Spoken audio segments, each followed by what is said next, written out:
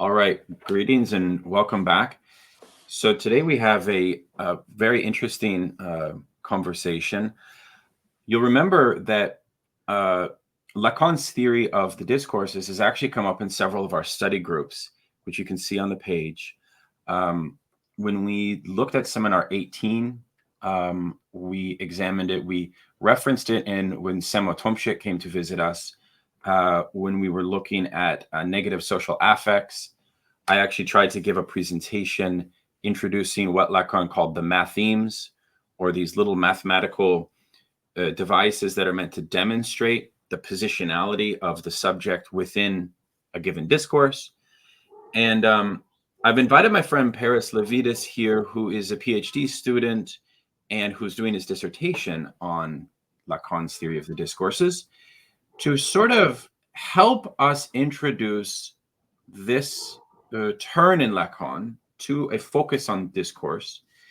Obviously, we have an academia discourse theory, which is super broad. And part of what I want to start off with, Paris, is an understanding of what is Lacan's own understanding of discourse, and how might we sort of situate that within French thought. As a side point, Paris has read pretty much the entirety of Lacan's work, so is somebody who is, I don't know, remarkably fluent with Lacan's work, and who's also committed, I think, and this is what draws him to our program, to the Freudian Marxist tradition and to the kind of careful question about how Lacan fits into the Freudian Marxist tradition. So that's something we're going to talk about later on. But first, welcome to the show, Paris. And second, help us, please, contextualizing what discourse is, and then what discourse is for Lacan himself. Thank you, Daniel, so much for having me. It's such a pleasure, as always, to chat with you. And what better way to do it than in this setting? I think that the ground of the theory of the discourses is often missed in service of trying to investigate too specifically, and often actually missing the generality involved of the way in which Lacan formalizes the discourses. And so just to take a big step back and understand what the discourses are, I would say that in effect, whereas Lacan is often considered to be a structuralist, a hyperstructuralist, someone who's obsessed with a kind of symbolic structure, which seems to be, if not fully transcendent or ideal, somehow removed from the way in which things seem to function, especially in history, even if symbolic operations are palpable on the level of the clinic, or when we are listening to a patient's speech. And so to begin with, I would refer everyone listening to perhaps the most important dictum of late Lacan, one thing, and it doesn't get repeated as much as the more famous ones, like the unconscious structured like a language, or the unconscious is the discourse of the other, etc. But it is really crucial, and that is that structure is the realist, or the real itself. And that might seem out of left field. I mean, why is it that structure, which is clearly in a structuralist tradition of investigating symbolic orders, networks, activities, etc., why is it the realist? Well, a few lines later, this is from the opening of the 16th seminar for anyone who's interested. Lacan states it very clearly. It's that structure converges towards its impossibility. So contrary to a view that would see the Lacanian structuralism in particular as a kind of transcendentalist, or I mean that in the most vulgar sense, or idealist project, I think it's very important to take this at the letter. that structure as an ideal, or as a, in the vulgar sense, transcendental construct, or even, if you wish, simply a formalization, does not suffice on that level. It does not suffice as transcendental or ideal. It is most real because it converges towards its impossibility on that level, and it always has a material historical incidence. And I might contrast that, just to begin with, say, Foucault's theory of discourse, which is much more about the conditions of possibility of receiving or experiencing discourse, or even of being discursive beings, as opposed to Lacan, where he's really talking about the structures themselves. And just to set up what I think is most interesting, especially apropos of politics and Marxism, I would say this specifically about what it means that discourse implies a dominance of knowledge. This, unlike Foucault, I would say, where knowledge structures are, in this kind of ambiguous state between how we receive discourse versus how discourse itself accumulates, and how knowledge accumulates in discourse independent of us. For Lacan, knowledge is very much something which operates materially, at least at this stage in his work. There is a knowledge. There are different conditions of those knowledges, and he even famously says there is knowledge in the real, which basically means there is an encyclopedia which is sitting on the table, which is a knowledge that does not require us or any kind of quasi-transcendence or ideal register in order to operate. And this re-understanding of structure and of knowledge in terms of a historical incidence, which of course changes throughout history, and that's the complexity of the theory. This is quite crucial, I think, as a precondition of understanding the theory as such. Okay, so breaking this down a bit more, structure can be understood. How best might we understand it? Because as always is the case, there needs to be introduced new terms and new concepts to explain a concept that you introduce. So how might we understand structure for Lacan? Here we must, I think it must be said, introduce the concept of the signifier, and the function of its repetition, as well as the function of how something is lost within that repetition of the signifier. So are you understanding structure not necessarily as synonymous with what Lacan means by a signifier, but how might we get at this when you invoke this concept of structure? How might we drill down further into it? So as far as the interaction between the signifier and structure is concerned, it's not as simple as, once again, one would suspect, because if you take a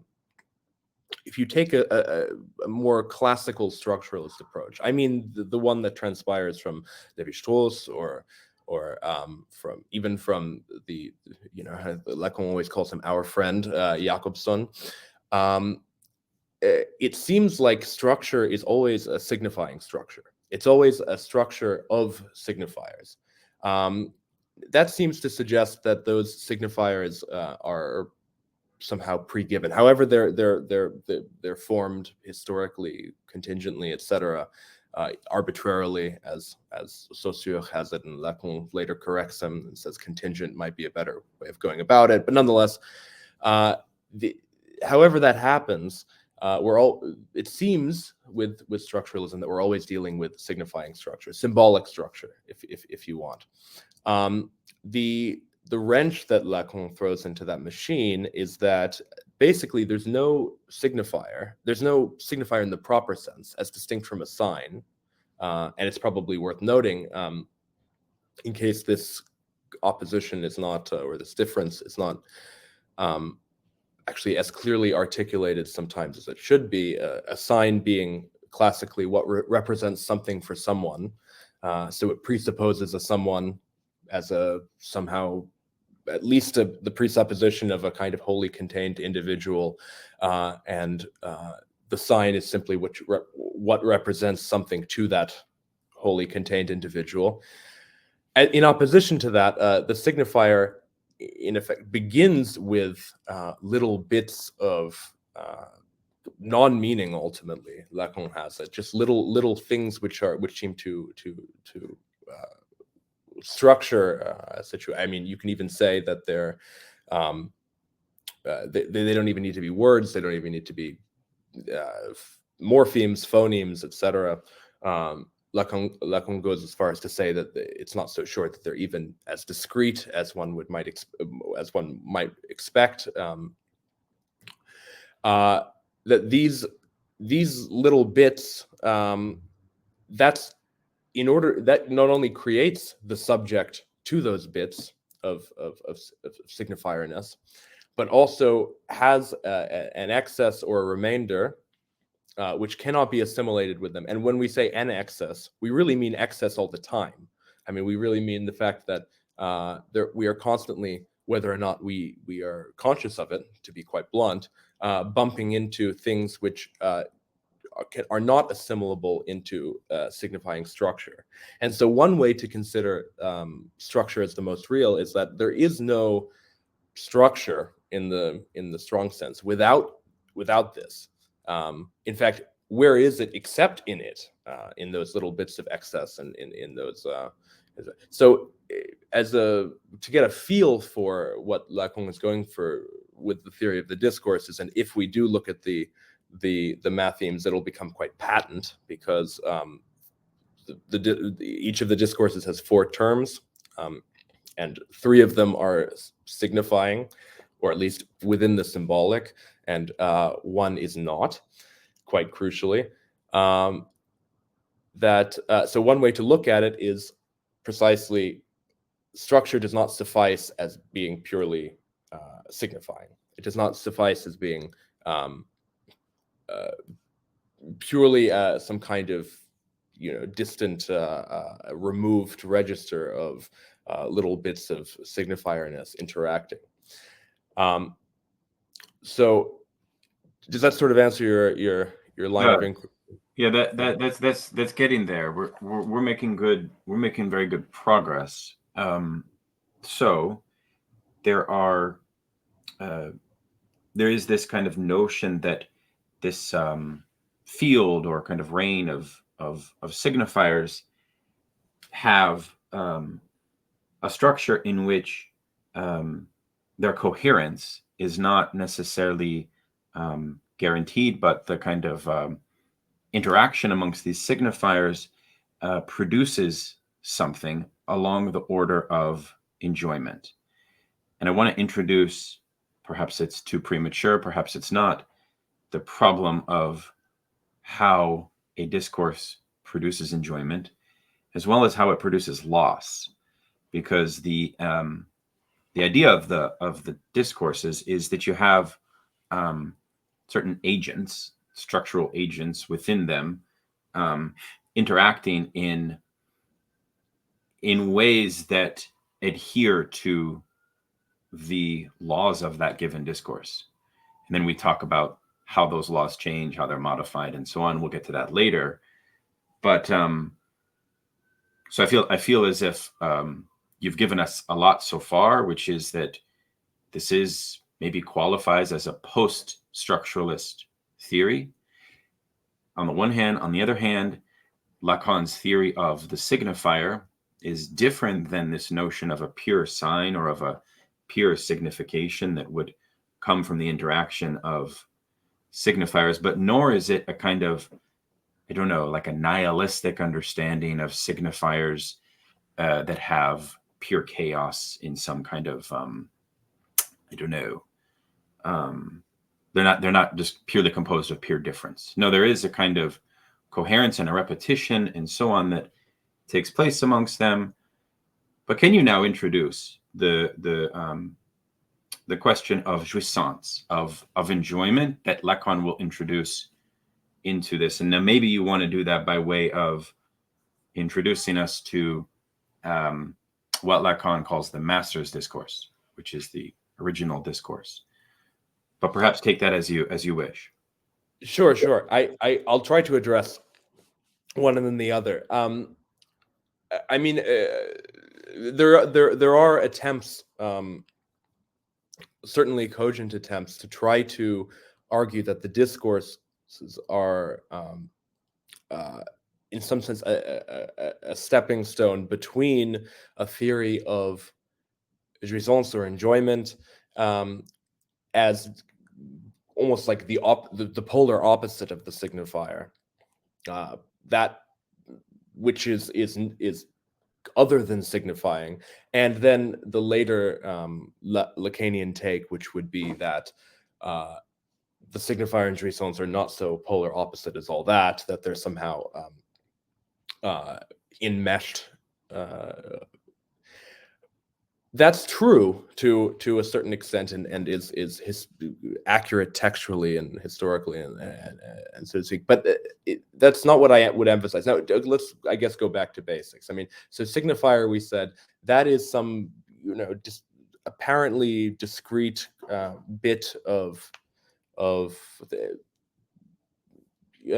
I mean, I'm hesitating to start to get too formalized in my speech, because that can often lead to difficulty. But basically, I don't think it's too convoluted to say that it's a count. It's just a count, the count of some things in the real, which are not constituted as things before they become collected together. It's that count. But nonetheless, they are discrete. Each one is in effect one. It's one signifier. However, enjoyment, on just a very broad level, is precisely what cuts through all of this. It's not. It does not obey the sort of rigidity of, even though it's not all that rigid, of signifying structure. It's something which, and that is maintained until the end, in terms of Lacan's work. And look, there are a lot of ways of thinking about enjoyment. Some of them have become very popular and are, for all that, quite useful. But I think the simplest way to understand it is that it's precisely what cuts across the signifiers as creating a signifying structure. What ultimately disrupts their ability to form some kind of closed totality, which would then be removed from any historical incidents or removed from any kind of concrete manifestation. So, without that, then there's nothing. Now, in terms of the master's discourse, again, as I've already said, the basics of the theory of the discourses, I think, crucial ground level basics would have to entail understanding how structure does not suffice in its ideality and its totality beyond any material incidents, and that in particular, and this is very much at a difference from someone like Foucault, who simply elaborates the conditions of possibility that there be these discourses, but not the internal structure, except in these, extremely sort of circuitous studies through forked paths. What the structure of a discourse is, and that's what Lacan very clearly offers. And so the master's discourse, independent of any reference to how it exists historically, i.e., its logical structure, is that we have, as I've already said, 3 out of 4 aspects of that structure, or 3 elements, I think is probably better to say, are signifying, and 1 is not. And what is that one that is not? It's something which Lacan calls plus de jouir, which is often translated, and I dare say mistranslated, as surplus enjoyment. But that's actually a secondary effect. I mean, that's a longer discussion, but that's actually a secondary effect of the fact that it means that something is fundamentally missing in the totality of structure, or the totality of discourse, if you will. There is no universe of discourse. There's always a leak, and the plus de jouir is that leak. And this leak happens because fundamentally, in our attempts to enjoy, and this is where you see a confluence between signifier and enjoyment. Our attempts to enjoy are always attempts, in effect, not to take what's given one by one and so forth, i.e. signifiers, but rather to totalize over that field, to find something, namely some what Lacan calls a master signifier, but nonetheless, to find something to totalize over that field, and necessarily that does not work. It does not add up. And so this leak of, I always like to use the very Lacanian metaphor of a carafe or a bottle. If there's a hole in the bottle, it doesn't matter how much you plug it; it will in fact leak.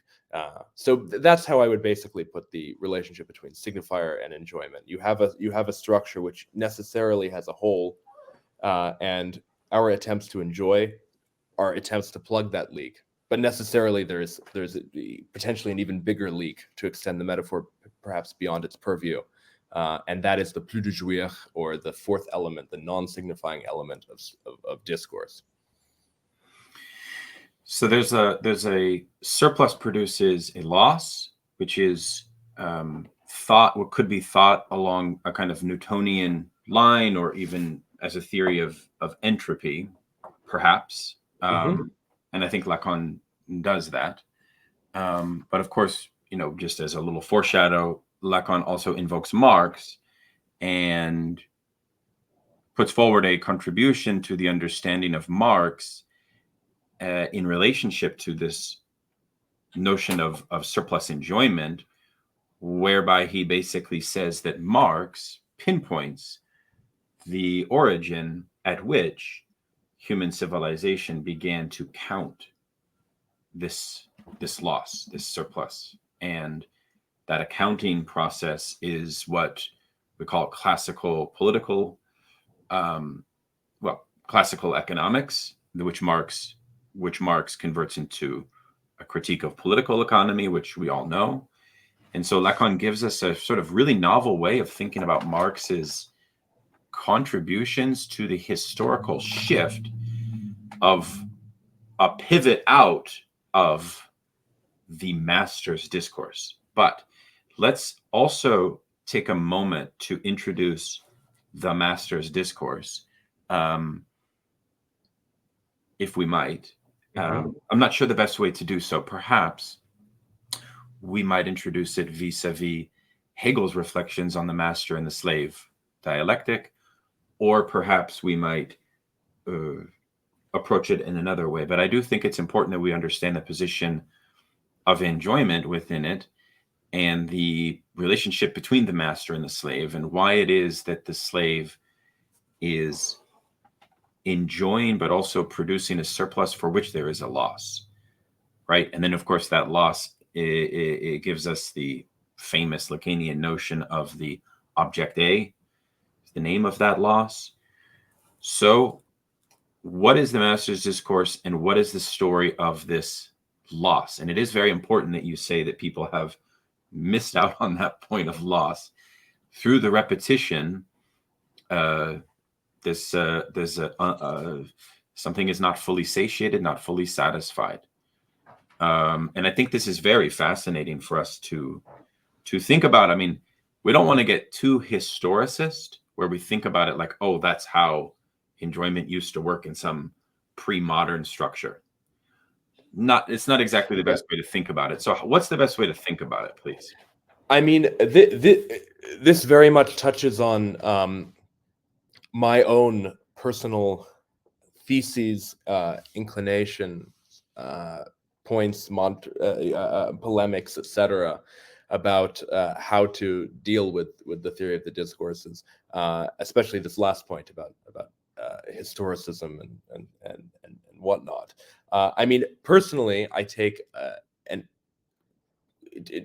very kind of I would say overall anti-historicist, very anti-historicist, but with a crucial catch, understanding of the discourses. I mean, what has been implicit in what I've said already, and I promise I'll get to the master's discourse, but what has been implicit in what I've said already, I hope, is that so long as we understand, first of all, that we're talking about a particular species and a particular species being, if you will, namely that of the however you'd like to define it, a human, animal, speaking being, etc. So long as we understand that, then I think it's completely fair to say that the discourses are ontological structures for this species, and they are invariant, and there are only four, and that in particular, unless we want to reduce the possibilities of historical emergence and so forth, then we have to admit, and this is the crucial point, that they do not appear in one time and then evacuate themselves and then reappear and then re-evacuate themselves, or anything to that effect, nor are they tied to specific institutions, people, organization, or whatever, but rather are always there, so long as there is this thing discourse, so long as there is this species-specific invariant, and that since the beginning of historical time, notwithstanding whatever interrelationships have changed among the discourses. So that's the basic view that I take, which is very much contrary to I would say not only a lot of scholarship, but taken in a certain kind of literal register, a lot of Lacan's own comments. I'll just mention this because, Daniel, we talked about it, and I think it's interesting. For example, so briefly to elaborate, just for those who might not know off the top of their heads, we have the master's discourse, which is indeed, quote, for historical reasons, unquote, considered the first, though it's obvious how this is also for logical reasons, because it follows from a certain definition of the signifier and structure, as discussed before. There's the university discourse, which is one, I mean, it's basically the reason that Lacan is talking about anything to begin with, is because it's worth noting that the theory of the discourses basically emerges with and out of May 68, and Lacan is really trying to fashion a theory which not only accounts for what he's seeing in May 68 in a critical way, in both senses of the word critical, but also something that's happening with regards to a specific discourse, namely the university discourse. Something is happening in the university, he says many times. So in other words, it's not simply that, as he famously put it in the response to Foucault's what is an author, it's not simply that structures do march in the streets or take to the streets or descend in the streets by writing structures descend in the streets, but also that a specific structure does that. And that is, I mean, often goes unsaid, but I think it's quite patent. A specific structure does that, and that is the university discourse. Anyway, then there is the hysterics discourse, which is the one that Lacan touches on the least by far, and the analyst's discourse, which is the source of a lot of controversy, even though he does talk about it a lot. Now, the specific example I want to use is that, for example, Lacan rarely actually pinpoints the emergence, even though people take it for granted that this is actually, this has happened in history, or rather that Lacan said that it happened in history. But Lacan rarely actually talks about the emergence of university discourse. And rarely does he ever talk about the actual existence, so to speak, of the master's discourse. Rather, and this is, I think, the kind of, I mean, I take a roughly statistical approach, I like to say, you know, the best fit curve for given all of the material that we have to read on this. We don't have Lacan himself, so we can only find out the kind of statistical best.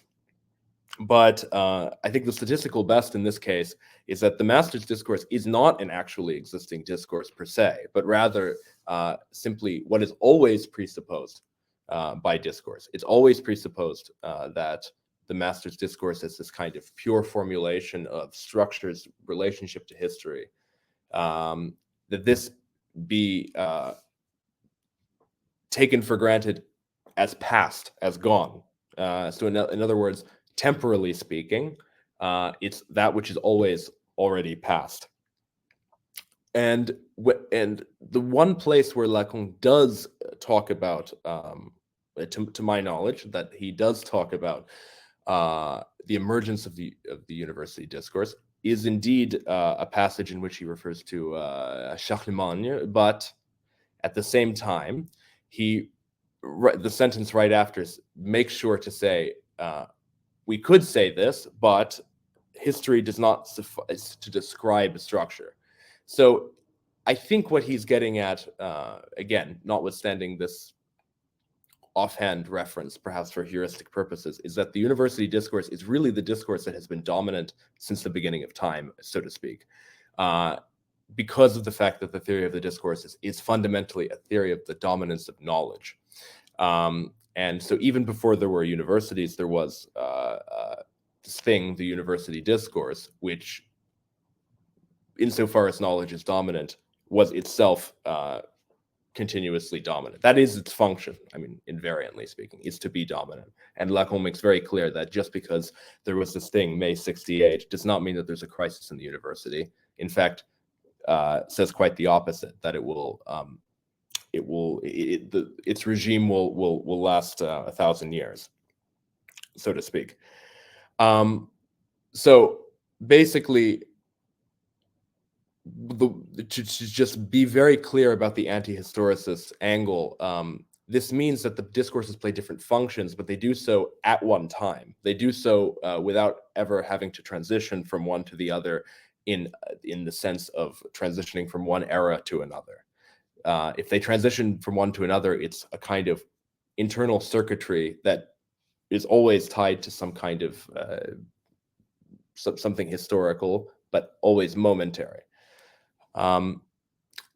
And so just now that I've established that, I think it's possible to attack then the question of the master's discourse in its more concrete form, which is actually not all that concrete for all that, namely Hegel. So this is obviously a famous aspect of the theory of the discourse, is that Lacan takes this, depending on how you read it, myth of the master-slave dialectic, or alternatively, a kind of ideal description of a certain kind of moment in history, namely a feudal relation, and converts it logically into this thing, the master's discourse. And effectively how that works, to put it very simply, is that they're let's be really very, very brass tacks about it. There is this thing, the master, there is this other thing, the slave, whether or not both of them are people or real existing personages. What the master hides with respect to the slave, the truth of the master, so to speak, is that he's not all that unitary. He's not all that much an S1. I mean, we're slighting terms, but for heuristic purposes, I think it's fine. He's not as unitary as all that, because he is nonetheless a split subject. And on the other hand, the slave is, I mean, Lacan goes as far as to say, is completely useless unless he's someone who knows something, which precisely the master does not. And that Lacan calls savoir-faire, or know-how.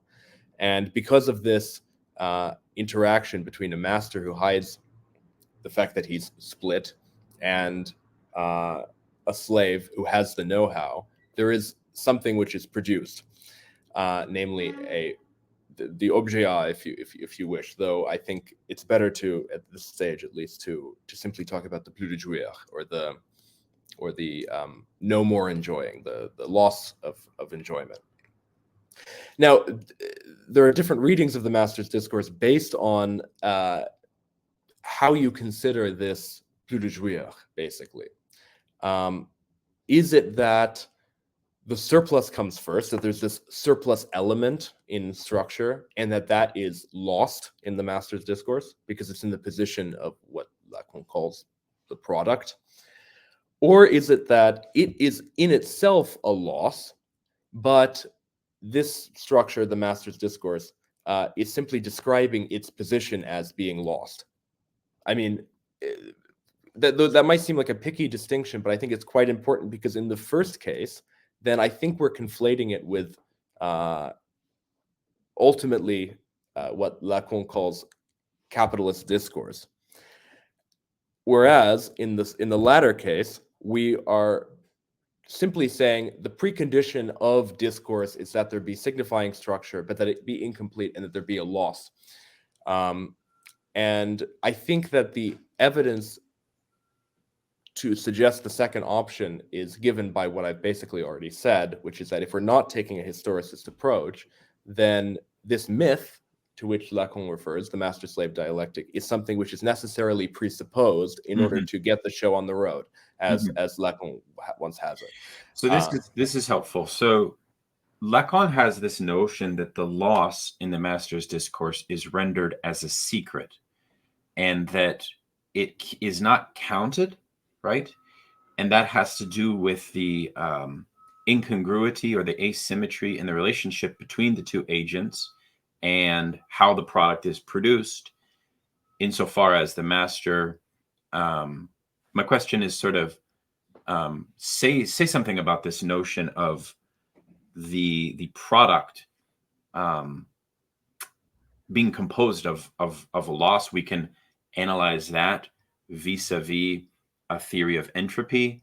We can bring different tools of science to understand this process. We can bring what Freud diagnoses in Beyond the Pleasure Principle to understand that loss. But we also can understand it as a circulation of a loss within a discourse. And that circulation requires, well, for one of the subjects, that they are barred from the knowledge of that loss. So it's about the knowledge of the loss itself.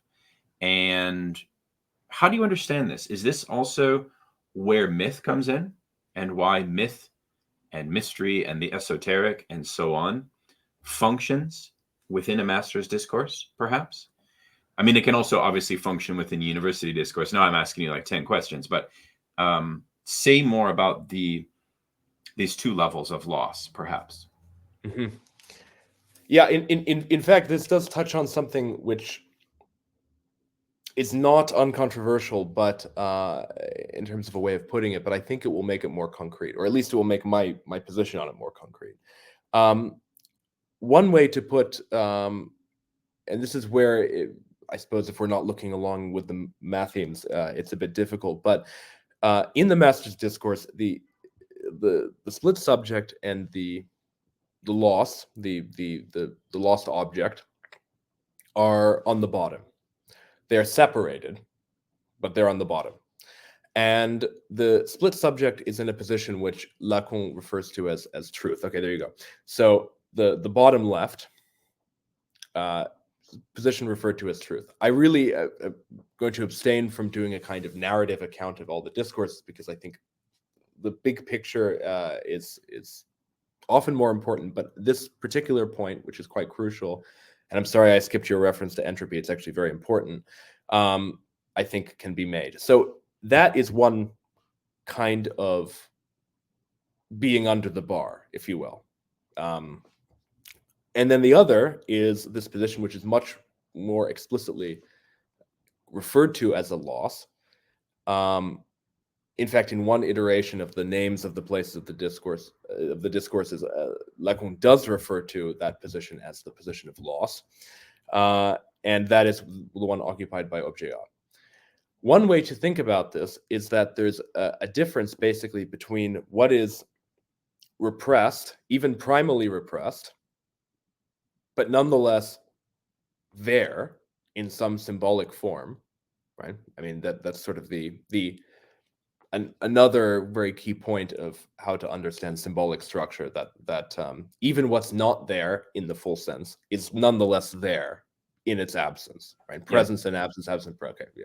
And let's do one favor for those of course that are trying to come at this for the first time, or they're very fresh. Would you mind just explaining what S1, S2, A, and money sign is, if you don't mind, for the benefit of listeners? No, I don't mind at all. So because I really abstain from, again, giving too much of a kind of narrative approach that makes it sound like S1 is walking down the street and encounters S2. I think that the best way to understand it is in this kind of these broad terms, whereby, okay, S1 is a signifier, right? It is one signifier. It is not only, it's actually not the first signifier. One is not suggesting first here.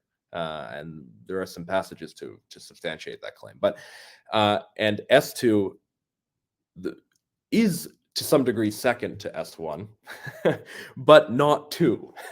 So that's the kind of paradox of the two signifiers, is that S1 is one signifier, but not per se the first.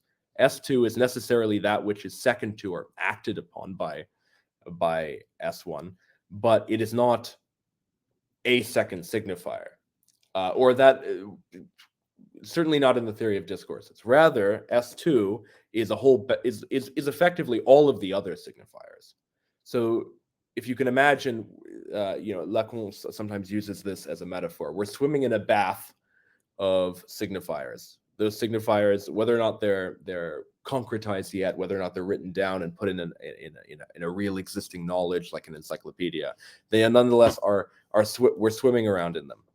And then, by some means, in order that a language be constituted, mind you, not just purely chaotically, one signifier, at least for each subject, insofar as it represents the subject to all the other signifiers, emerges as that master signifier. It's called, as opposed to S2, which constitutes, by virtue of that intervention, a body of knowledge. Mm-hmm. The battery becomes organized to some extent, and ultimately, I didn't mention this before, but I think it's quite crucial that it's through that process and ultimately through the fact that there is an exception to signifying structure within structure. There's some loss or some etc. that an effective sense is created. An effective sense would not be created if we're simply communicating signs to one another. I mean, that only implies a signification, a Bedeutung. But when we talk about an effective sense, or Sinn, or this Fregen distinction, that's only created insofar as there are necessarily holes all the time. And we often say there's a hole, but really there are holes all the time in this universe of signifierness. Okay, so that's basically S1 and S2. One comes to constitute the body of signifiers as a body, and namely as a body of knowledge. But necessarily, this means that there's something which isn't, let's say, half in, half out, namely the subject, because it's certainly signifying to some extent. I mean, it's a complicated issue, but it's basically a barred signifier. It's a place where there is not a signifier, but there could have been a signifier. Hence, sort of what I was referring to earlier about the relationship between symbolic absence and symbolic presence. But at the same time, it's perhaps better understood as simply a cleavage or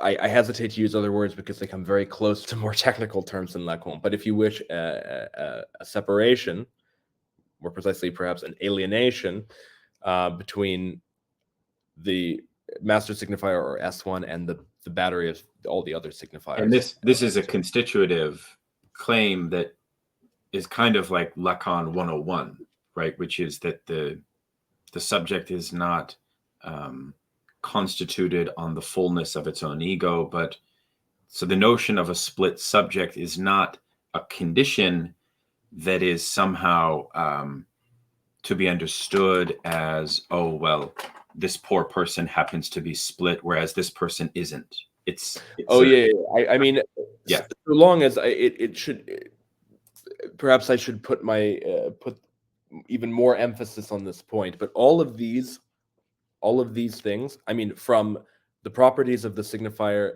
of structure, of what's non-signifying in structure, to discourse, to the four discourses, these are all invariant. We haven't even got to what changes in history. But this, so long as there is this thing, the human animal qua speaking being, then all of these things hold to some extent, even psychotics.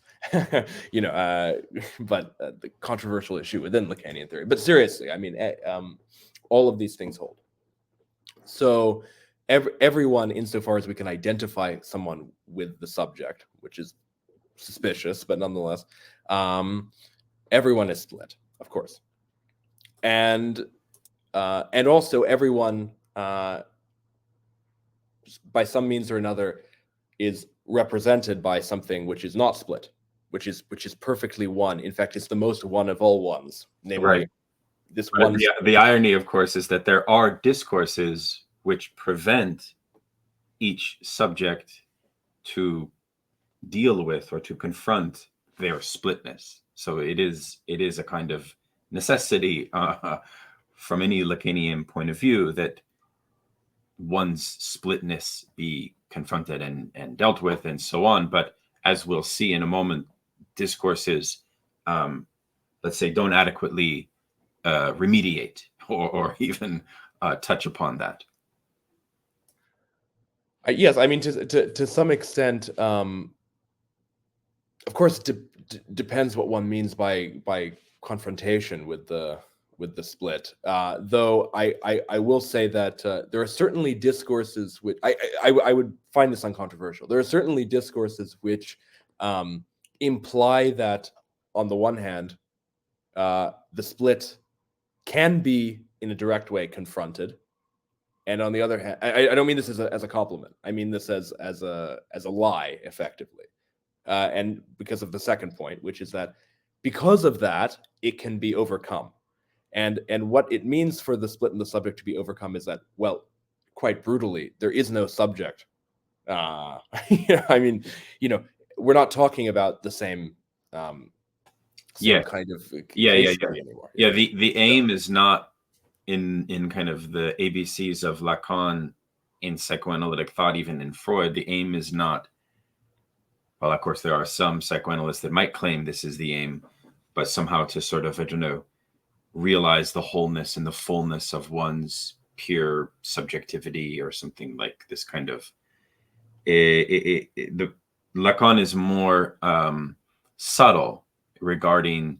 Well, I don't want to get too far afield, but this is, I think, just important as by way of background. So the money sign just simply refers to the subject, and the line going down is a nice choice of using the money sign because it shows the split, right? Mm-hmm. And then the A is in the position of the quadrant of what Lacan calls what is produced. So right. So this is where I was going with this. So if you can imagine the ellipsis from way back when, what I was trying to refer to by distinguishing these two levels of being under the bar is that on the one hand, there is something which is certainly repressed, namely, now this is repressed to be clear, in one of the four discourses. So I mean, without getting again too far afield in terms of personal commitments, theoretically, I don't think it makes sense to say that this ever existed. I think this is simply to say what is the precondition of discourse. I mean, in terms of what exists, signifiers are repressed. I mean, it sounds like a good Lacanian dogma, but I think it's something that you have to maintain. And what does that mean in particular? That means that if the subject is repressed, this is only because the subject is, as a precondition of understanding any of this, the site of a particular repression, namely primal repression. So that's just on the one hand, though. And then on the other hand, the objet is produced, which I think ultimately it sounds perhaps paradoxical, because if you produce something, isn't it there in front of you? But really, production means, qua loss, actually a rejection. Lacan uses this term, or a reject effect, quite a lot, which effectively means that it's something which is produced by a discourse, but necessarily must be shooed away and constantly reintegrated as something else, namely in another discourse. I mean, that's more complicated, but must be shooed away in order that it apparently function as self-sustaining. And this is a crucial point too. I mean, it's difficult to elaborate all of the crucial points at once, but I think this is a good, again, ground way of thinking about it. No discourse by itself is, whether or not it's actually existing, is stable. I mean, this is the whole point, is that structure does not suffice as simply removed, ideal, transcendent, but at the same time, it does not suffice even in its material incidence as discourse. It has this instability to it, namely by means of the fact that the product is not reintegrated into it. I mean, the way that Lacan puts it is that there's a barrier between truth and product. But what that simply means is that it has to be reintegrated in another discourse, simultaneous as its functioning. And so that creates a kind of circularity to the discourses, which is, I would hazard, a metastability, at least up until a certain point in history. It's a metastability which allows things to basically function. I mean, through certain conventions, prohibitions, inhibitions, exhibitions, even, as Lacan has it. So that's quite crucial, I think. Yeah, because the discourse is about the production of what Lacan calls production of knowledge. So what is produced is also a thing of knowledge, which then is recirculated back into the relation between, in this case, these agents of the master and the slave. But that recirculation does not, perfectly satiate the relation between the two in this case. And that does draw me, Paris, to the discourse of the hysteric, even though I know you have a tendency to say that Lacan doesn't mention it much, and it's very difficult to historically think about it. It's actually problematic to think like, oh, well, there was this moment where there was like a hysteric and they revolted against the master and that kind of thing. I mean, obviously people are revolting against masters all the time. So tell us how we might think the discourse of the hysteric, even though I know you have some criticism, I suppose, of it. And this is the presentation of it. You can disregard, people watching can disregard that description. I wish I had a way to like exit out, but actually, what I might do is I can just bring it here, and you can see them here. So this will give you the chance, Paris, to talk about them with your language as opposed to that language, which was from a different presentation. So tell us about it, because I hear you say that it's actually maybe more helpful to think master's discourse and university discourse as the predominant forms. But if that's true, then how do we understand the discourse of the hysteric? Yeah, this is Now, I don't want there to be any misconceptions. Lacan, first of all, I mean, statistically speaking, does not mention it much, and that I'm not trying to take that as any kind of profound point. In fact, I think it's a point that is not fully worked out for him, and we have to somehow extrapolate with good reason as to what this is. Now. And then second of all, this is also coming very close to the reason that the discourse of the hysteric is very particular. And you might know that Lacan was asked for the seventh question actually the third question of the second of two radio programs that he did in 1970, which are collected under Radiophonie.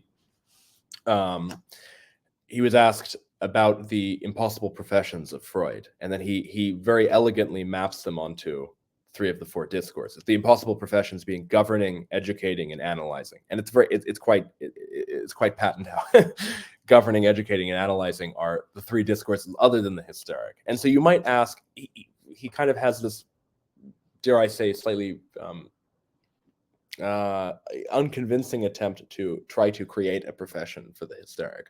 But I think that the reason it has a special status, in spite of the fact that they all have special status, they're all, but in spite of the fact that he doesn't talk about it, or notwithstanding that fact, is that it's a discourse which necessarily has a temporal logic, just like the other discourses, but nonetheless is not one that can be sustained. And but it is such an. But if I might, it is such a fascinating one, because look at see what is produced. The S2, which is a kind of knowledge effect. It's not producing an S1. It's producing. So it's not producing this kind of singular sort of signifier. On the one hand, that interests me about it. The other thing that interests me about it is that the agent of the discourse of the hysteric is now the split subject, which means that its obvious beginning point is one of a kind of revolt, right? Or a kind of overture to the S1. So it is the first turn from the master's discourse. And in that sense, could we possibly think of it as the discourse which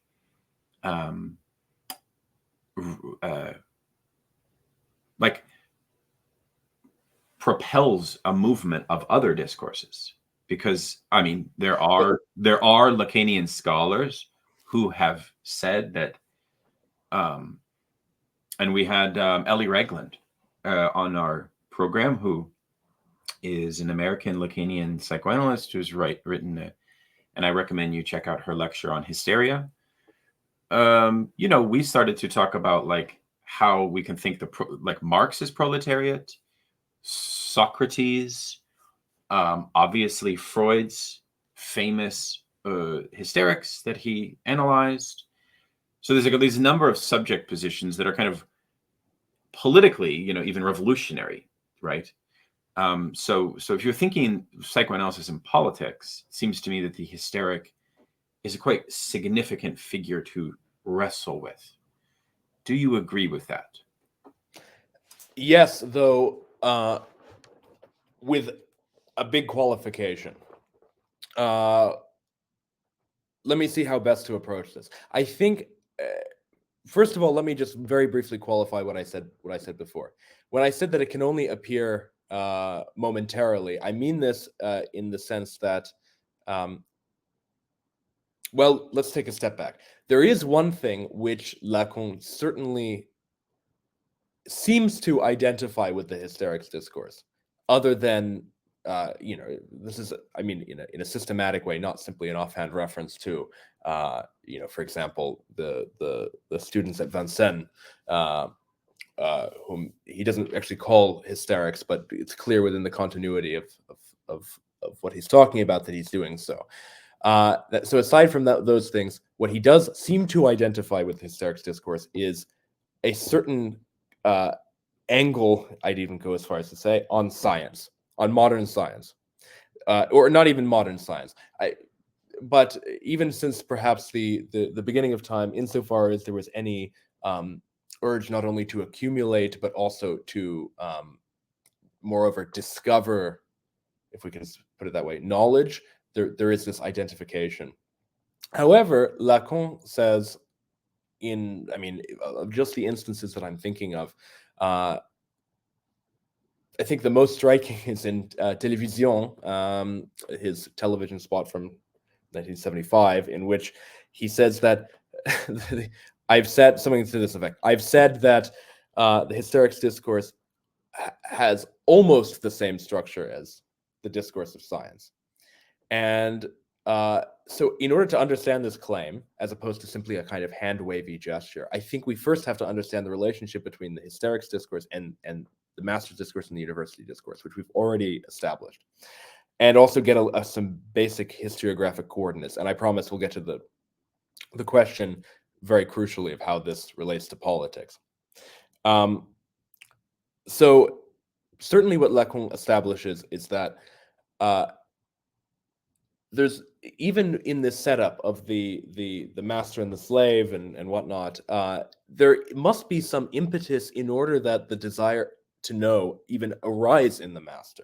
So to animate the master with a desire to know, to parasite him, if you will, with the desire to know, means that there's something else that must have somehow preceded, quote unquote, the master's discourse, in order that there even be this kind of universitarian impetus.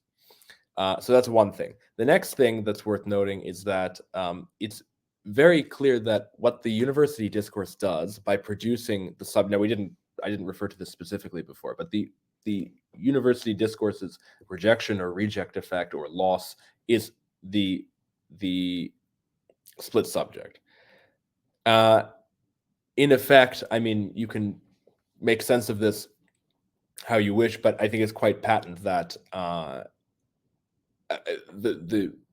at the same time, the university constantly creates what Lacan refers to as the outrageous pretension of thinking beings, constantly producing critical thought and disavowing it, and producing critical thought on that and disavowing it, and so forth. But as a quick side point, that doesn't make sense that what is produced in university discourse is the split subject, and then we start a rotation from there. So it does make sense. I see your point, to literally read them from master, university, and maybe you're even saying university, master, then hysteric. But in this case, the university and the hysteric have a very close affinity. Yeah, I mean, it's important to, at least as a kind of, if you're interested in this material, I mean, certainly to draw them out and to imagine, or perhaps not to imagine, to actually write what the relationships between the discourses would be, and come to your own conclusions about what this might mean, given what text we have available to us, or not given it. But for me, I think what I'm trying to lead up to with the hysterics discourse is that not only is it, I mean, this is quite patent, right? It's produced by the university discourse, but at the same time, it inspires the master with the desire to know, meaning that master is not a pure master, being already parasited with the desire to know, but also is animated by something else, insofar as that master is animated with the desire to know, which is nonetheless a hysterical one. So basically what I would say, even to support what I said before about the master's discourse not being an extra unstable discourse, and not one that has ever actually existed, I would go as far as to say that if the theory of discourse is effectively the theory of the dominance of knowledge, then, which is not, again, uncontroversial, though I think there's a lot to support that claim in Lacan. What that effectively means is that you never actually have a pure master. You either have a universitarian master who's already parasited with the desire to know, emphasis on know, or a hysterical master and believe it or not, they do exist, who nonetheless are already parasited with the desire to know. And in effect, it's not so clear that they're different. I mean, when you compare the strict teacher who wants you to know all of your historical dates versus the teacher who pseudo-Socratically tries to inspire you to take on your own path toward knowledge, but thereby actually constitute yourself as a failed master of whatever impersonal knowledge there might be. I mean, I'm just using this as an offhand example to make it concrete, but I think it's quite patent how even in the university, the institution itself, there's this kind of constant ambiguity or even equivocation between a kind of universitarian master and a hysterical master. Yeah, I think this is very helpful. I mean, I always feel like Hegel is helpful in this regard. We already mentioned Hegel a moment ago in his famous notion of the master-slave dialectic. But I think here Lacan makes all of these very fascinating points about why Hegel matters, because Hegel I guess, understood something about the effects of the shame-producing discourse of the university, and that his philosophy helps to ameliorate that shame in certain ways. And I think that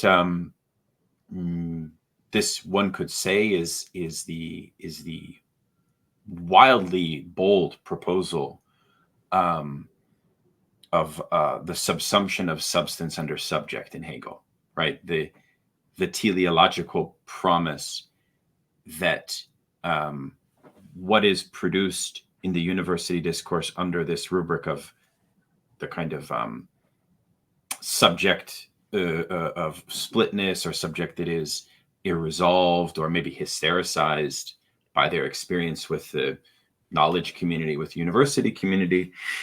I want to invite you to say something about what Hegel does to that.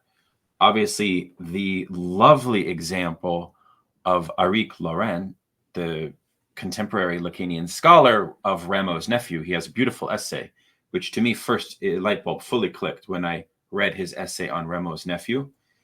This is a unpublished text. It's a story by Diderot. And Diderot is a philosopher who was Mr. University Discourse, quite literally. He was the Enlightenment philosopher creating the encyclopedias, right?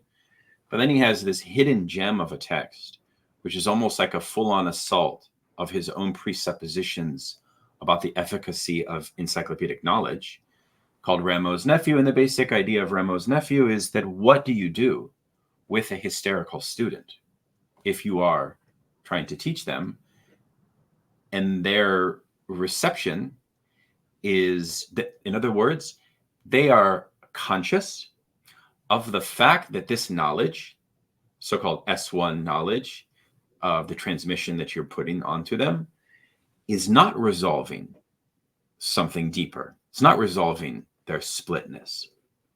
They remain split. So you, therefore, as a teacher or master, have not touched them in some sense. So it's like it's a story about the limits of encyclopedic knowledge on resolving the deeper condition of the pupil, if that makes sense. Yeah. Please. It's a very instructive example, though. I'm tempted to use a different one from, I think, the same lesson of Lacan, which is the Hegel thing is complicated. I mean, you surely know, Daniel, that I have my own feelings about the relationship between Hegel and the discourses. I'm trying to make a strong argument, in fact, in my own Ph.D. thesis about where the whole congruence works and actually where it doesn't as well. And I think, funny enough, it doesn't work on the level of the phenomenology. It only works considering the logic involved. And there you can go many places. But in order to sidestep a lot of that difficulty, what I would say is that, speaking of theses, Lacan does use the example of writing a thesis, right? And it's an interesting example, actually, interesting kind of concrete, real life example that's probably palpable to a lot of people who might look at this material. No, not all, I hope, but not all people looking at this material, I hope, are academics. But clearly, what you have to do in a thesis is pin your name to something. And Lacan says it doesn't even matter what you write after you pin your name to that thing, so long as you've pinned your name to it, because you are some kind of master of knowledge, right? But of some circumscribed, locally defined knowledge, but nonetheless, an expertise, a field of expertise, if you want. But at the same time, what's very clear is that this is already anti-encyclopedic, because at least at a certain point, whether or not it's because of the shame that we feel having been produced from the university, there's simply too much stuff in order for us to be constituted as a subject to knowledge as such. So necessarily, there are two effects, I think. On the one hand, there are specific knowledges which we ourselves constitute in order to say that we are subject to them, i.e. that I am an author of this thesis because I am a subject of this knowledge, which is circumscribed, locally defined, and so I can have a kind of micro-completeness, if that makes sense.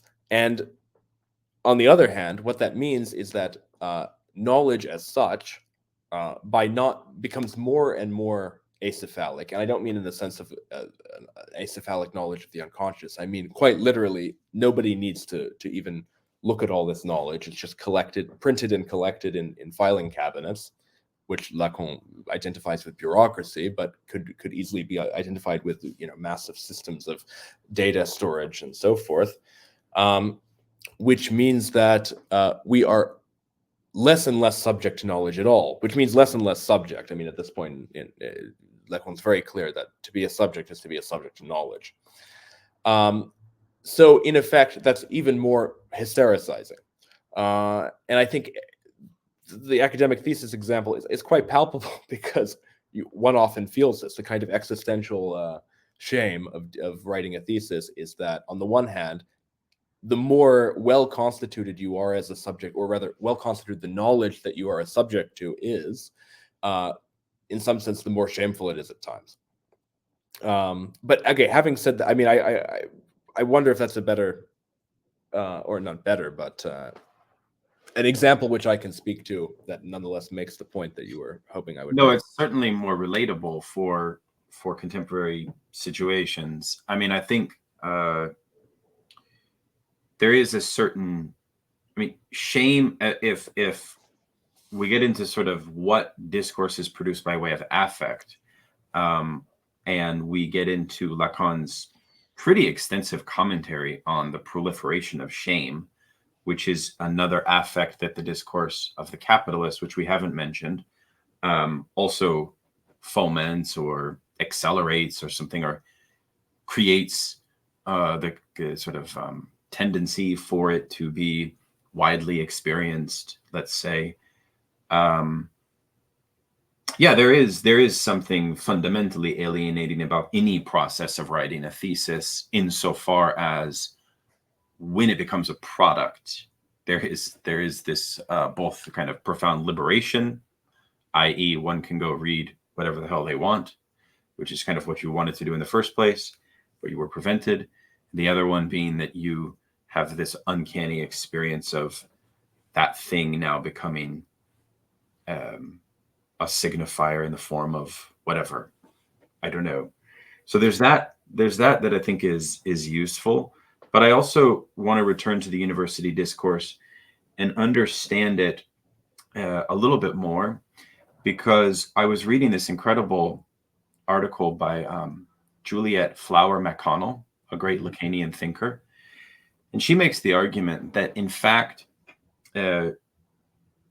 really we need to incorporate Marx when we think about the university discourse itself, because what the university discourse also does, like the discourse of the capitalist, which we'll talk about in a moment, is it also performs, or it presupposes, that it can have a counting procedure of the surplus jouissance that is produced, and that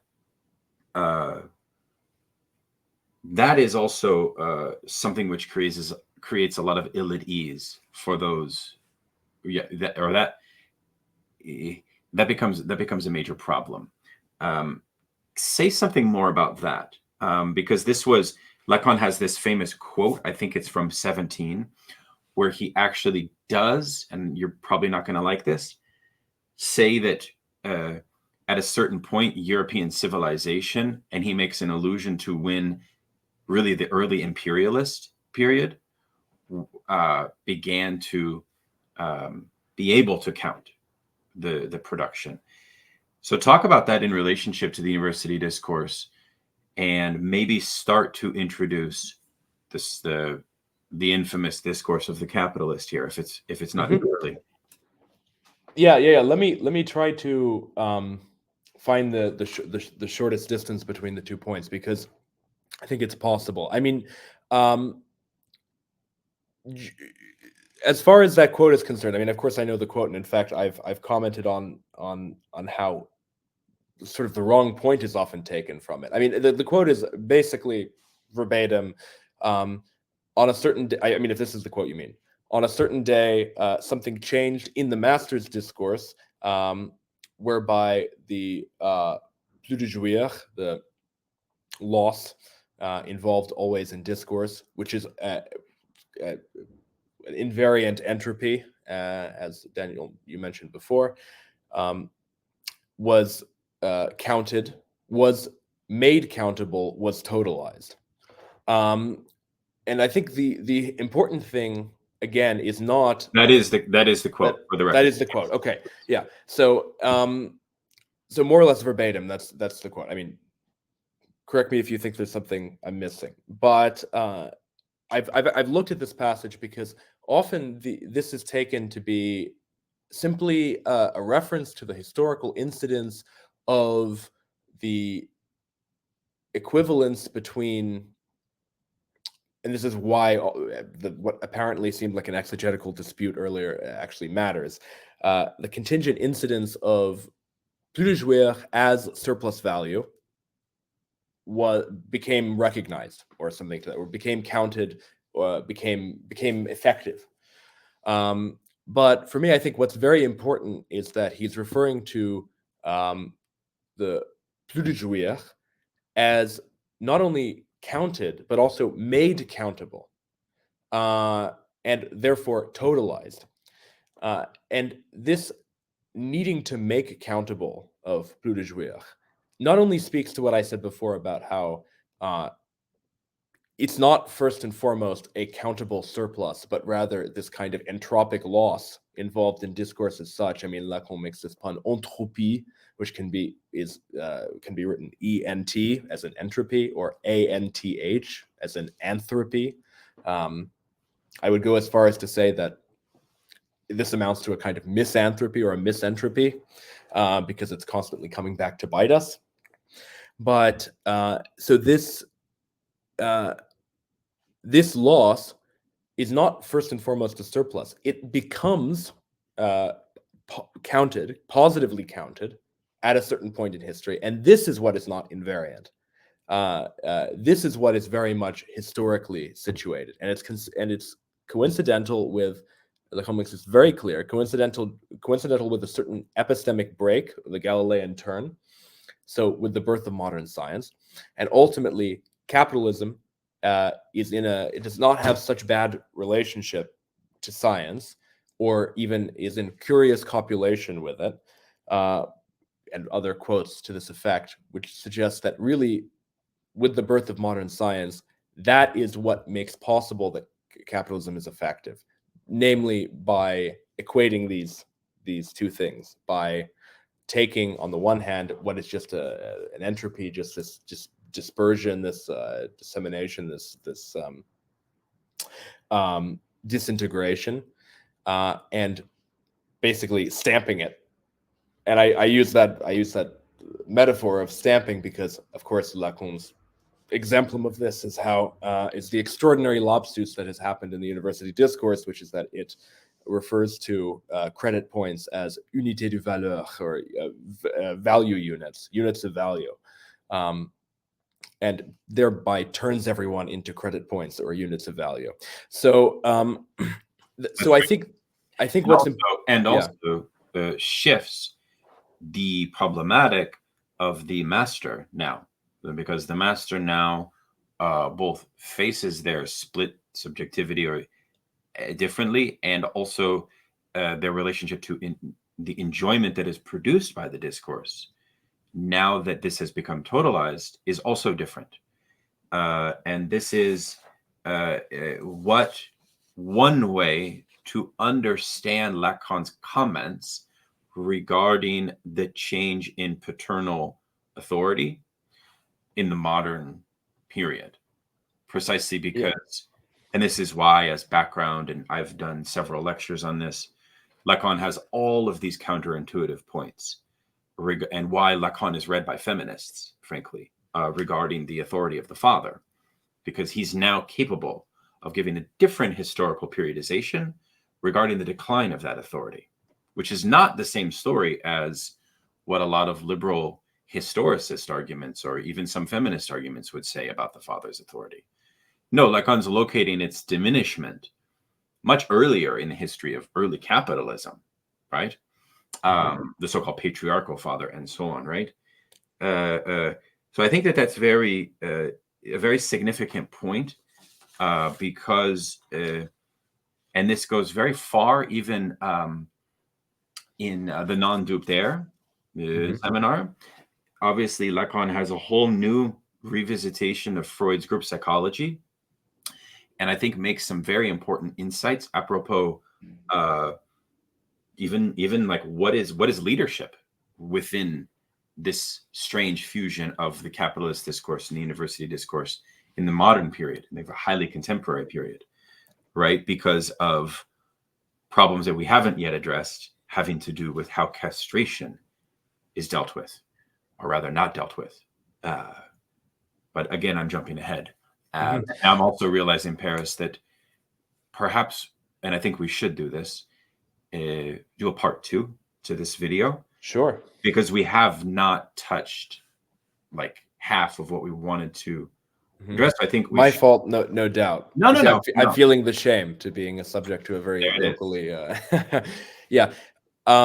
Well, it's up to you. I mean, I'm one loose thread that I think is important to tie up, that perhaps we'll set up also the next discussion. Yeah, please. So, okay. Very, very, very briefly, 2 points. One point, just to get it out of the way, is that I think it's very important to understand. I mean, you have to be very careful with this, and I hope that people who study, even though it doesn't seem like we're talking about political economy at all, those who study political economy or Marx or any other political economist for that matter, will appreciate the basic plea to be very careful about these things, because one needs to be careful in political economy. But when we're talking about the capitalist discourse and its sort of conflation with the university discourse, I think it's important to bear it. I mean, ultimately, my argument is that the approaches which either assimilate the capitalist discourse with one of the discourses or treat it as a new discourse sort of miss Lacan's point on a very fundamental level.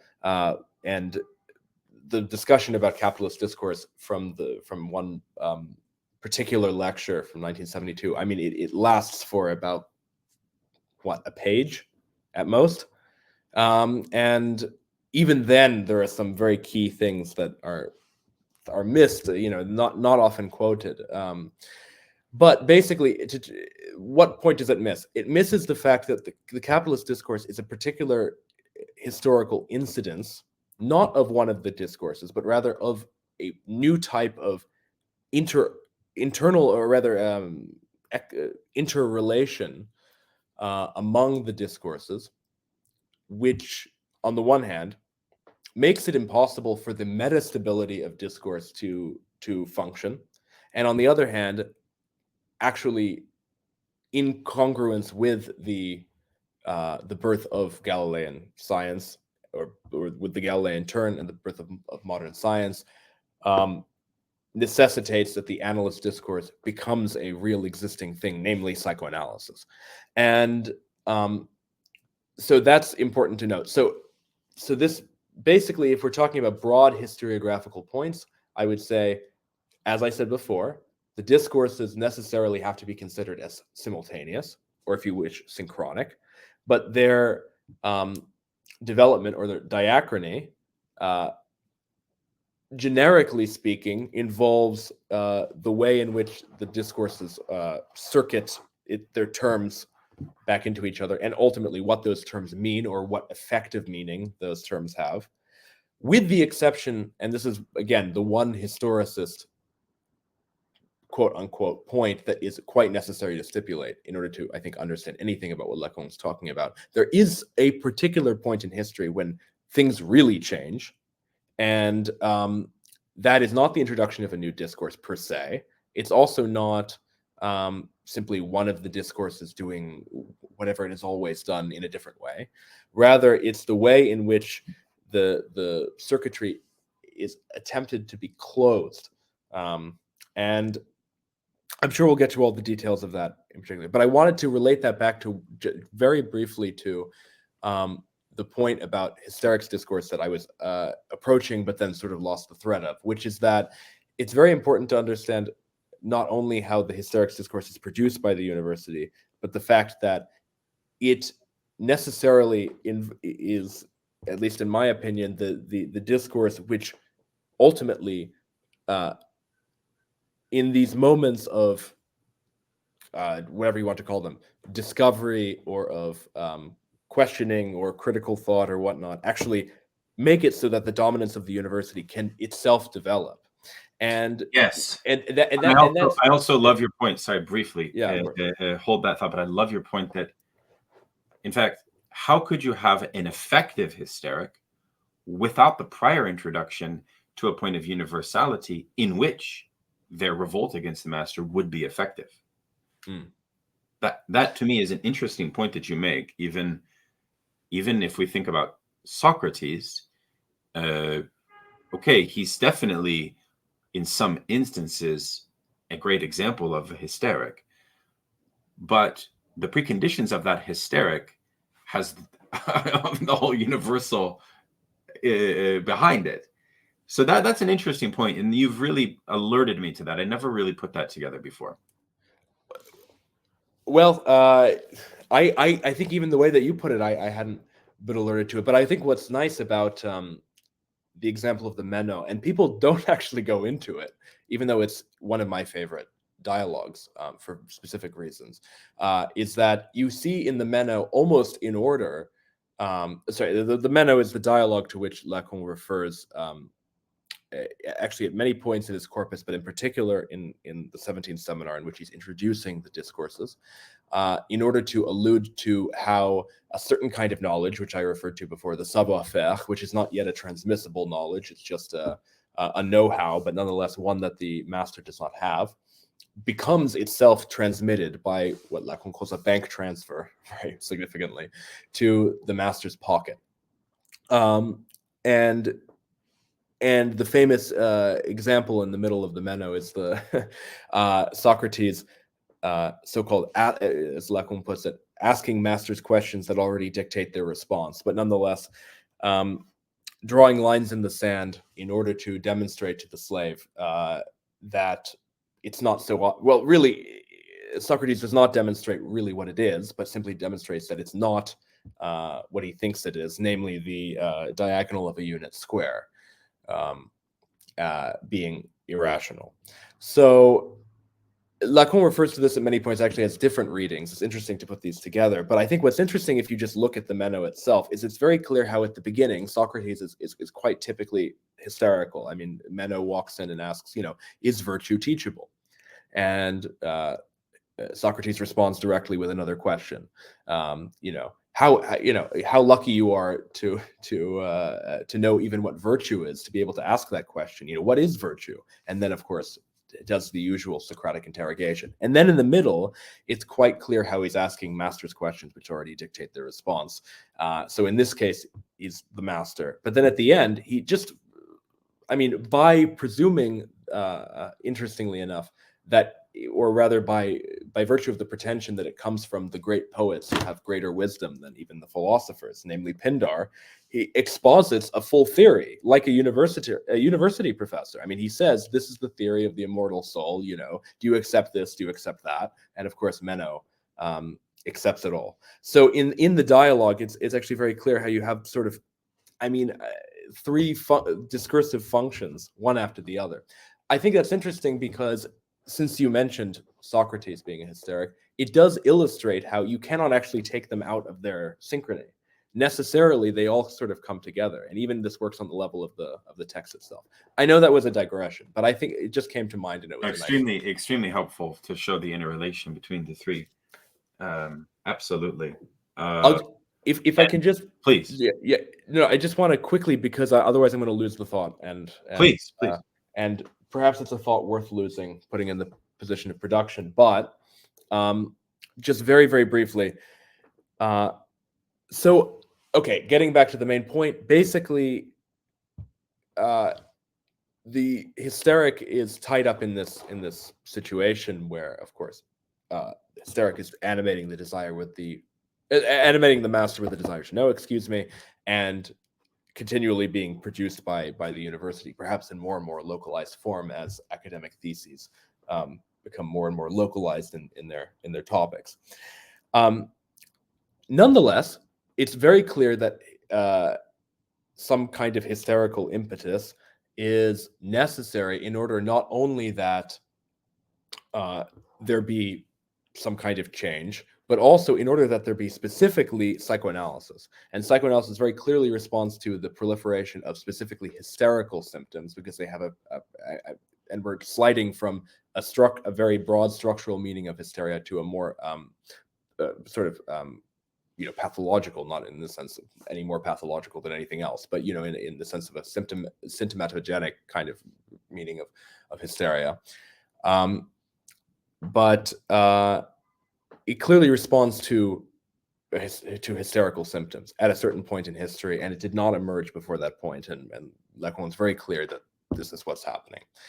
And then, even in a third sense, there is this other kind of hysteria, which seems to try to sustain itself, and this I would argue is only possible on the basis of capitalism, and actually is capitalism put back in order, a term that or phrase that Lacan uses, and moreover is what gives it its vitality. You could even say gives it its bread and butter. A hysteria which tries to sustain itself as a dominant position, and this would be the third key element of the capitalist discourse in my reading, which we haven't even really gotten to. So I know it's a bit. We're just setting up the elements. This comes from the reflections on the revolts against capitalism, paradoxically strengthen capitalism. This kind of what we typically associate in Marxism, at least those Marxists that are critical of Lacanianism, as a kind of inbuilt pessimism of the Lacanian orientation. This is kind of a nice way to kind of wrap up our conversation, because it is that pessimism that people like Zizek and others will be accused of kind of championing in some sense, as a certain theory of the condition of the worker, for example, or in Lacan's case, many commentators. Who was it? There was a French head of state, I forget his name, who saw the 68 protesters and said, I have no worry about these students. what I see before me are the future bureaucrats of the Republic of France. Yeah. I forget who this was, but well, yeah, it's kind of like this line, yeah. I mean, yeah. In fact, Lacan very clearly says, and I know even different Lacanians have different readings of this famous interaction between Lacan and the students at Vincennes, called Analyticon Impromptu, that he gave in 1969. But for me, I think this is, even though it seems extremely pessimistic, it's perhaps more pessimistic to think of where we would be or where we will be if we don't consider these considerations very strongly. I mean, very strongly, because specifically apropos of hysteria, and again, we're necessarily sliding around terms a bit, but nonetheless, apropos of hysteria, there is certainly that kind of, let's say, completely functional hysteria of the university insofar as it supplies the masters who have the desire to know, etc. There's that hysteria. That's certainly, let's say, too conservative of a hysteria, right? It's too much circumscribed by the conservation of the university. Then there is this hysteria which starts to pop out, right? And people took note of it. Some people didn't want to take note of it. Freud and Boye obviously came along and tried to consider what was going on and gave rise to psychoanalysis. Okay, and then this third hysteria, I mean, I'm just trying to be very systematic about what I've already said. The third hysteria, which almost swings too far in the other direction of a hysteria which enjoys being hysterical. And so while you might see a pessimism in this basic point that hysteria is, these are heterogeneous forms of hysteria, and I think Lacan is very clear that there's something to be said for the second kind. The first kind is much too conservative, but the last kind is this is what I think Lacan means at the very end of the Analyticon encounter when he says, I am only liberal to the extent that I'm anti-progressive. Progressive. I mean, he's playing with them a little bit.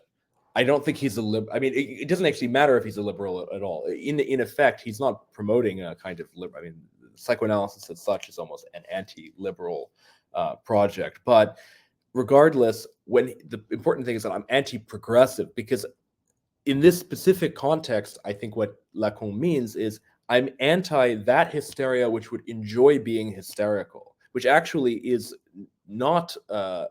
It's not truly It's not truly progressive. You might allow me that parlance. It's not. It's certainly not revolutionary in the strong sense. And Lacan makes this very clear when he says, for example, that the hysteric's thought is not what is most revolutionary about psychoanalysis, even about the second kind of hysteria, but rather the questioning of jouissance, by which I think he means the questioning of what makes everything seem to function or not function, or seem not to function but actually to function, or etc. So that, I think, is the very crucial point that he's making there. Don't become too excited about hysteria. And I would even say that I think it's a tradition in Lacanian commentary to be too excited about hysteria.